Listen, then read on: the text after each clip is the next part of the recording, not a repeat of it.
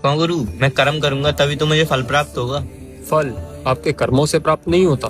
यदि ये सत्य होता तो संसार में जो जितना ज्यादा कर्म करे उतना धनी होता, मगर ऐसा होता तो नहीं। तो फल कैसे प्राप्त होता है? फल और अर्थ केवल ईश्वर की अनुमति और आपकी पात्रता के अनुरूप आपको प्राप्त होता है। और आपकी पात्रता तब बढ़ती है जब आपका चित्त शुद्ध होकर समर्पण को प्राप्त हो। आपके कर्मों का आश्रय तो आपके चित्त की शुद्धि है, फल की प्राप्ति नहीं। कैसे होगी चित्त की शुद्धि?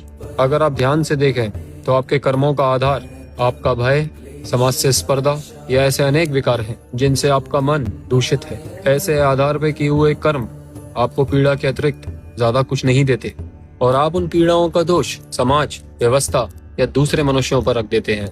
किंतु वास्तव में ये पीड़ा आपके विकारों की सूचक है। आपको स्वयं की पीड़ा का उत्तरदायित्व स्वयं लेना होगा। जब आप इसके कारण तक पहुंचने का प्रयास करेंगे तब आप पाएंगे कि ये आपके भय, अहंकार और महत्वाकांक्षाओं से जन्म लेती है। इन पीड़ाओं का समाधान करने से चित्त शुद्ध होता है और आप कर्म योग को प्राप्त करते हैं। कर्मयोग क्या होता है? अपने समस्त कर्मों से प्राप्त करने की लालसा, यह स्पर्धा जीतने का आशय परे रख उन्हें ईश्वर की पूजा के समतुल्य रखने की दशा है कर्मयोग।